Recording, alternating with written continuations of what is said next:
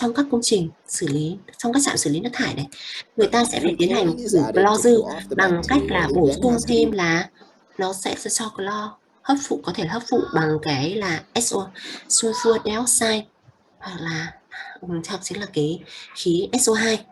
Vì SO2 nó có thể tác dụng được với cả clo.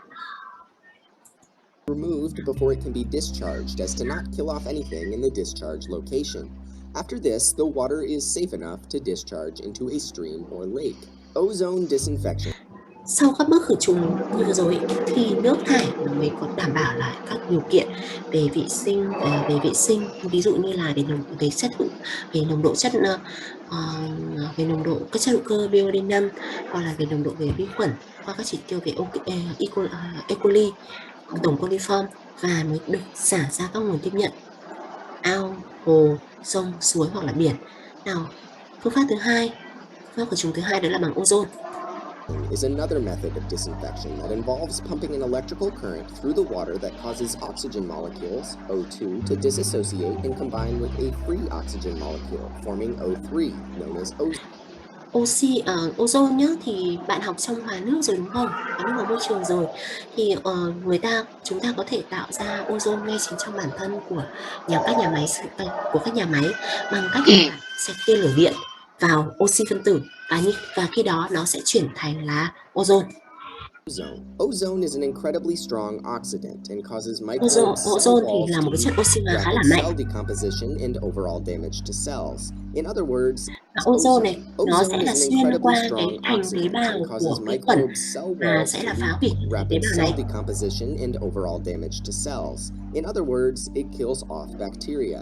The last common method uses ultraviolet light to scramble bacteria's DNA so that they cannot multiply.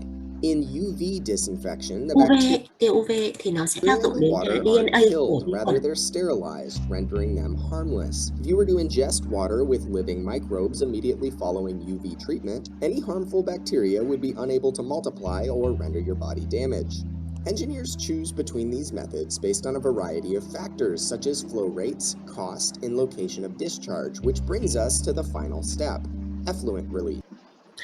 Và thường thì khi mà bạn lựa chọn cái phương pháp khử trùng nào ấy, thì sẽ dựa trên các yếu tố này: giá thành, vị trí xả, và cái lưu lượng hay chính xác là công suất của cái trạm xử lý. Với cả các công suất nhỏ thì bạn có thể cân nhắc đến là tia UV hoặc là ozone, bởi vì cái thành phần về điện năng ấy, để mà vận hành cái hệ thống này thì nó cũng khá là tốn kém. Còn với cả các trạm lớn, các nhà máy xử lý thải lớn như ở Việt Nam chẳng hạn, thì người ta chủ yếu là sử dụng là clo. Effluent release. Effluent release exists in one of two forms. In most cases, the now treated water is released back into a stream or lake or other water source. In rare cases, usually in areas where water is scarce, the effluent discharge from a wastewater treatment plant can be discharged into another treatment plant directly, where it will be treated further for consumption. This is referred to as full cycle water reuse. From a chemical perspective, the final drinking water is the same as normal treated water that flows through your pipes now, but due to the connotation of your drinking water being sewage just days before, this treatment process is normally shied away from or not heavily publicized. The entire process of wastewater treatment takes on average 24 to 36 hours. Đối với cả nước thải đầu ra nhé, thì một là bạn có thể xả ra nguồn, hai là ở nhiều nơi thì người ta nơi mà nguồn nước khan hiếm thì người ta đang tính toán đến việc là tái sử dụng cái nguồn nước thải, thì có thể cho các mục đích không phi ăn uống, ví dụ như là tưới cây hoặc là rửa đường, hoặc cho chính bản thân trong cái nhà trạm này. Thường ở các nước tiên tiến ấy, là người ta đã có những cái bộ quy chuẩn về chất lượng nước thải sau xử lý, dành cho mục đích là tái sử dụng. Còn đối với ở Việt Nam hiện giờ thì là chưa có. Còn một cái quá trình xử lý nước thải ở trong nhà máy xử lý thải thế này, nó sẽ diễn ra trong khoảng thời gian từ 24 cho đến là 36 giờ. from when a drop of water enters to when it leaves. Each wastewater plant will receive a permit for flow rates, chemical levels, and effluent quality, among other things, from the EPA that outlines the necessary treatment for a plant. Wastewater plant operators will make adjustments to a plant's operation and constantly measure levels to ensure proper discharge and proper treatment.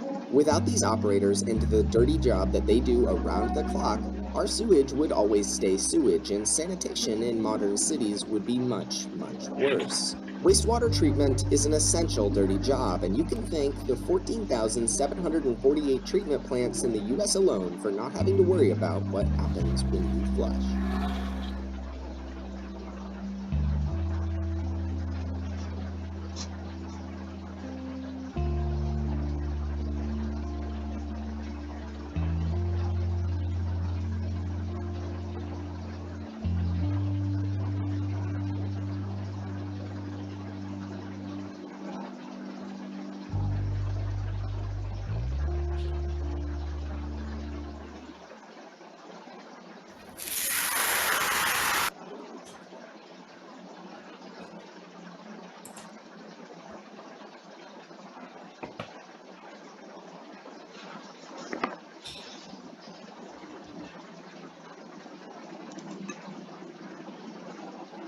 Rồi, xem xong đoạn video rồi thì các bạn có gì cần hỏi không? Nếu không có thì là tạm nghỉ giải lao khoảng 5 phút nhé.